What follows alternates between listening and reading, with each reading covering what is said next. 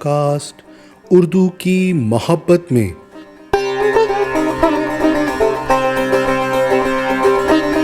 Episode 19ویں قسط۔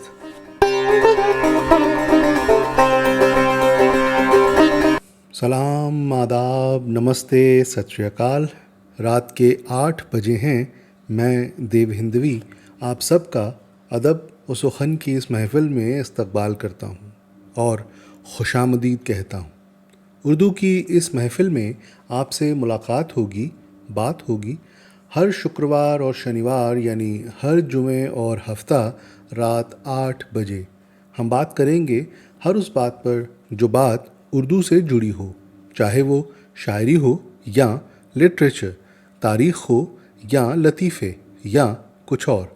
یہ طے ہے کہ بات مزیدار ہوگی، ایسی باتیں جو دل کو چھو جائیں اور لمبے عرصے تک یاد آتی رہیں اور دل کو گدگداتی رہیں۔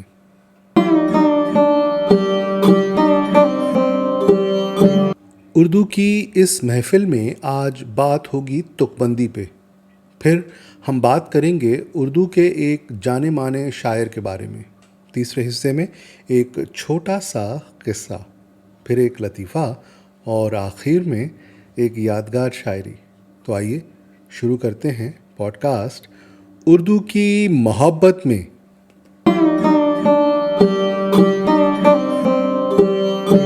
ہم آج بات کریں گے اردو میں تک بندی کے بارے میں۔ شاعری کا ایک فن تک بندی ہے۔ یہ شاعری کی قافیہ پیمائی ہے۔ بہت سے جاہل جب ادھر توجہ کرتے ہیں تو جواب سوال میں اس طرح قافیہ استعمال کرتے ہیں کہ بڑے بڑے شاعروں کو حیرت ہو جاتی ہے۔ ہم نے اپنے طالب علمی زمانے میں ایک ہندو بڑھیا کے قاطے والا دیکھا تھا، یعنی شوگر کینڈی بنانے والا، جو صبح کو کھونچا لگا کے نکلتا، صورت دیکھتے ہی سدھا بازاری لونڈے اسے گھیر لیتے اور وہ سرے راہ کھونچا رکھ کے بیٹھ جاتا۔ فوراً لونڈوں سے اس میں تک بندی میں مقابلہ شروع ہو جاتا۔ سارا مجمع ایک طرف ہوتا، فریقین میں گالیوں کی بوچھار ہوتی، مگر شرط ہوتی کہ کوئی گالی تک سے باہر نہ ہو اور کوئی قافیہ رہ نہ جائے۔ ہم نے اسے 20 بار دیکھا، گھنٹوں اس سے مقابلہ رہتا، مگر ہم نے کبھی نہیں دیکھا کہ وہ جواب میں عاجز رہا ہو۔ کوئی نہ کوئی قافیہ ڈھونڈ کے پیش ہی کر دیتا تھا۔ اس طرح عام بول چال میں طرح طرح کی خیال آفرینیاں سامنے آتی تھیں اور ان پڑھ لوگ کبھی کبھی ایسے خیال پیش کر دیا کرتے تھے کہ بڑے بڑے شاعر بھی حیران رہ جاتے تھے۔ یہ زمانہ دراصل لکھنؤ کا گولڈن ایج تھا۔ تو جناب، تک بندی کو کوئی معمولی کھیل نہ سمجھیے گا۔ ہم بھی بچپن میں تک بندی ملانے کے کھیل کھیلا کرتے تھے۔ یہ کھیل گھنٹوں، دنوں یا کبھی مہینوں چلا کرتا تھا۔ جہاں کسی سے کوئی تک ملانے میں گڑبڑ ہوتی، وہ ہار جاتا۔ کھیل پھر سے شروع ہوتا، شرط وہی کہ ہر بات پہ قافیہ ملانا ہوگا۔ میرے ساتھ کھیلیے گا؟ آئیے شروع کرتے ہیں یہ کھیل جس کا انداز شاعرانہ ہے، جس بات کو بھی کہنا ہے اس میں قافیہ ملانا ہے۔ اب بات آگے بڑھائیے۔ تو اردو کے بارے میں آج اتنا ہی، آگے مگر باتیں ہوتی رہیں گی، ذکر ہوتا رہے گا۔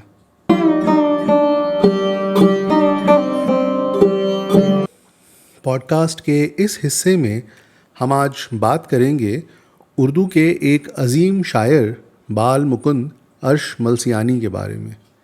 1908 میں جنمے عرش ملسیانی نے بہت چھوٹی عمر میں شاعری کرنا شروع کر دیا تھا۔ حالانکہ ان کے والد کا ماننا تھا کہ عرش میں شاعری کا وہ مادہ نہیں ہے کہ وہ کبھی ایک کامیاب شاعر بن پائیں، مگر بال مکند نے عرش کے چھدم نام سے لکھ کر اپنے نام کو اس زمانے کے بڑے شاعروں میں شمار کر کے دکھا دیا۔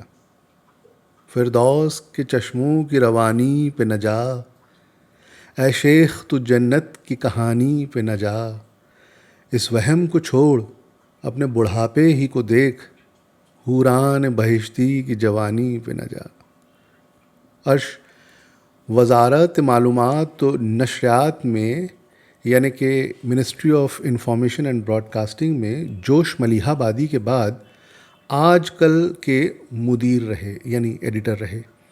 ان کی کچھ نظموں کی کلیات جیسے ہفت رنگ، چنگ و آہنگ، آہنگ ہزاز اور ایک طنزیہ کلام پوسٹ مارٹم آج بھی مشہور ہے.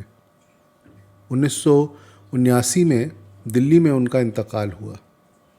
ایک بات ہم یہاں واضح کر دینا مناسب سمجھتے ہیں کہ ان دنوں والدین اپنے بچوں کی خود تعریف کرنے سے پرہیز کرتے تھے. وہ بچوں کو حقیقت سے روبرو ہونے کو کہتے تھے. عرش صاحب کے والد نے اگر ان کی تعریفوں کے پل باندھ دیے ہوتے تو شاید وہ کبھی اس مقام پر نہ پہنچ پاتے.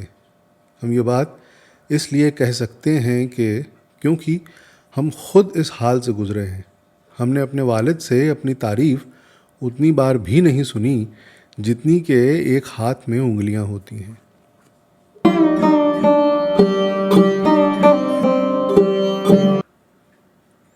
اور اب وقت ہے ایک قصے کا. آج کا قصہ ہے ایک نٹ اور ڈگے کا. لکھنؤ میں وہ ہمارے بچپن کے دن تھے. ان دنوں آج کی طرح کے دل بہلانے کے آلے موجود نہ تھے جیسے آج video game, T V, computer, mobile phone وغیرہ ہیں. ان دنوں سرکس، نٹوں مداریوں کے تماشے، جھولے وغیرہ جیسی چیزوں سے دل بہلتا تھا. ہم بھی اپنے میاں جان کی انگلی تھامے اکثر شام کو باہر گھومنے جاتے. اس کے کئی فائدے تھے. ایک تو یہ کہ سیر ہو جاتی، دوسرے یہ کہ کوئی تماشا دیکھنے کو مل جاتا، اور تیسرے یہ کہ کوئی مزیدار چیز بھی کھانے کو مل جاتی. پتے کے دونے میں 4 آنے کی گرم جلیبی اوپر سے دہی ڈال کے، یا ملائی کلفی. یہ ملائی کلفی ویسی نہیں تھی جیسی کہ لوگ آج کل کھاتے ہیں. کسی روز اسے بنانے کی ترکیب ہم آپ کو بتائیں گے. اور ہاں، آپ نے جلیبی پہ دہی ڈال کے کبھی نہیں کھایا؟ کمال ہے. ارے کھا کر دیکھیے. تو ہم اب قصے کی طرف واپس مڑتے ہیں. تو ہوا یوں کہ ایک روز شام کے وقت ہم یوں ہی سیر کو نکلے. کچھ دور ایک کھلی جگہ میں مجمع لگا تھا. معلوم ہوا کہ نٹوں کا تماشا ہو رہا ہے. ہم بھی بھیڑ میں شامل ہو گئے. تھوڑی دیر میں آگے پہنچنے میں بھی کامیاب ہو گئے. ان دنوں ایسی بھیڑ نہیں ہوا کرتی تھی. وہاں ڈنڈوں کے بیچ ایک رسی تنی تھی. کچھ نٹ کلا بازیاں کھا رہے تھے، کچھ الٹ بازی کے کرتب دکھا رہے تھے. ایک عمر دراز آدمی جو ان سب کا لیڈر معلوم دیتا تھا، ایک چھوٹے سے ڈھول جیسا کچھ کانکھ میں دبائے تھا. ایک ہاتھ میں چھوٹی چھڑی سے وہ اس پر چونٹ کرتا تھا، یا یوں کہیں کہ ڈگ مارتا تھا. ڈگ سے مطلب ہے تال کا. بغیر تال کے کوئی کثرتی کرتب کرنا مشکل ہے. اچانک ایک لوہے کے بڑے سے چھلے میں آگ لگا دی گئی. پھر سارے قلاواز اس آگ کے گھیرے میں سے ایک طرف سے ہو کر دوسری طرف جانے لگے. وہ مچھلی کی طرح تیرتے ہوئے سے اس میں سے نکل جاتے. ایک دم سے تالیاں بجنے لگتیں. پھر ایک لڑکا اس تنی ہوئی رسی پہ چڑھ گیا. اس کے ہاتھوں میں ایک لمبا ڈنڈا تھا جس سے وہ اپنا توازن قائم رکھ رہا تھا.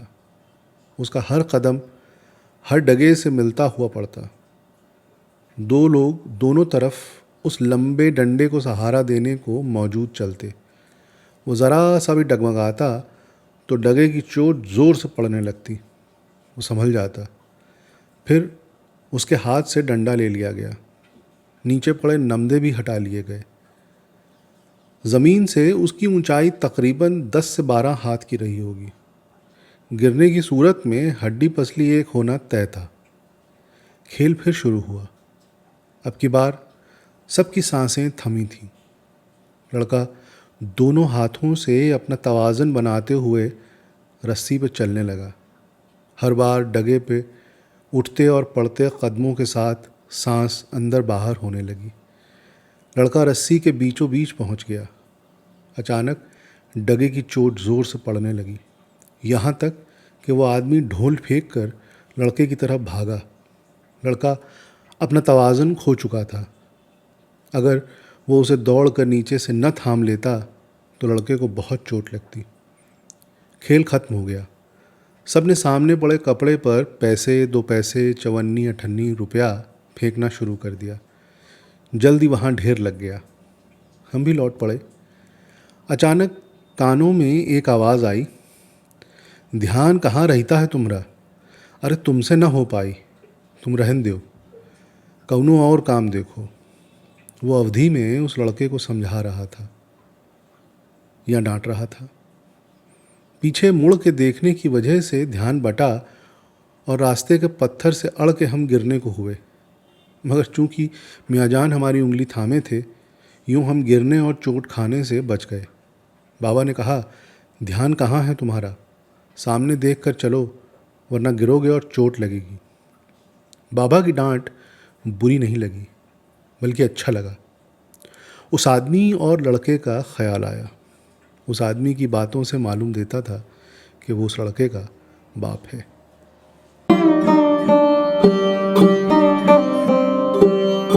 اور اب ایک لطیفہ سنیے۔ دلی کے ایک شاعر جو ایک سرکاری افسر بھی تھے، ایک بار الہ آباد تشریف لائے اور فراق صاحب سے فرمائش کی کہ وہ ان کے نئے مجموعہ کلام پر کچھ لکھ دیں۔ فراق نے مروت میں چند رسمی کلمات لکھ دیے، جیسے یہ کہ یہ شاعر ہیں، شعر کہتے ہیں، دلی میں رہتے ہیں، سرکاری ملازم ہیں، مجموعہ کلام چھپوا رہے ہیں وغیرہ۔ شاعر نے خوشی خوشی لے کر پڑھا، مگر پڑھنے کے بعد کچھ تسلی نہیں ہوئی۔ بولے، فراق صاحب اس میں بس ایک جملہ اور بڑھا دیجیے۔ انہوں نے قریب گڑ گڑاتے ہوئے کہا کہ نے اردو غزل کو نیا موڑ دیا ہے۔ فراق صاحب بولے، ارے مگر غزل مری تو نہیں؟ پوڈ کاسٹ کے آخری حصے میں اب وقت ہے ایک بہترین شاعری کا۔ آج کے شاعر ہیں امیر خسرو۔ آج ان کی کچھ پہیلیاں پیش ہیں۔ ہر پہیلی کے آخر میں ہم آپ کو اس کا جواب بھی بتا دیں گے۔ اگر ساتھ میں نہ ہوا تو ملاحظہ فرمائیے۔ ایک نار چاتر کہلاوے، مورخ کو نہ پاس بلاوے، چاتر مرد جو ہاتھ لگا دے، کھول سطر وہ آپ دکھا دے۔ بوجھا آپ نے؟ کتاب آدھے کٹے سے سب کو پالے، مد کٹیے سے سب کو مارے، انت کٹیے سے سب کو میٹھا، خسرو وا کو آنکھوں دیکھا۔ کاجل برسا برس وہ دیس میں آوے، منہ سے منہ لگا رس پہ آوے، واہ خاطر میں خرچے دام، اے سخی ساجن نہ سخی عام۔ آپ سمجھ ہی گئے ہوں گے کہ جواب عام ہے۔ بڑی مزیدار پہیلیاں ہیں یہ۔ سامعین، اس پوڈ کاسٹ کا مقصد ہے ان تمام لوگوں سے جڑنے کا جنہیں اردو سے محبت ہے، جنہیں شاعری سے لگاؤ ہے، جو ادب اور آداب میں دلچسپی رکھتے ہیں۔ یہ پوڈ کاسٹ یوٹیوب چینل دیو ہندوی پر بھی آپ پا سکتے ہیں۔ جلد ہی یہ iTunes پر بھی ملے گی۔ اگر آپ کو یہ کوشش پسند آئی تو اسے لائک ضرور کیجیے گا اور کمنٹس میں اپنے خیال بھی ظاہر کیجیے گا۔ اس سے اس پوڈ کاسٹ کو بہتر بنانے میں مدد ملے گی۔ بھول مت جائیے گا، ہمیں انتظار رہے گا۔ اور ہاں، اگر آپ کو کوئی بات، لفظ یا معنی سمجھ نہ آ رہا ہو تو آپ یوں کر سکتے ہیں۔ اگر آپ اسے یوٹیوب پر سن رہے ہیں یا فیس بک پر سن رہے ہیں تو نیچے تبصرے یعنی کمنٹ کے لیے جو جگہ ہے وہاں پر اپنی بات لکھ دیں، آپ کو جواب ملے گا۔ اور ہاں، پیج اور چینل کو پسند یعنی لائک کرنے کی عنایت بھی ضرور فرمائیے گا۔ تو خواتین و حضرات، اب وقت ہے آپ سے اجازت لینے کا۔ آپ خوش رہیں، سلامت رہیں، خدا محفوظ رکھے ہر بلا سے۔ تو دیجیے دیو ہندوی کو اجازت، پھر ملاقات ہوگی، پھر بات ہوگی اگلے ایپیسوڈ میں ٹھیک رات 8 بجے۔ تب تک کے لیے جی ہاں، شب بخیر۔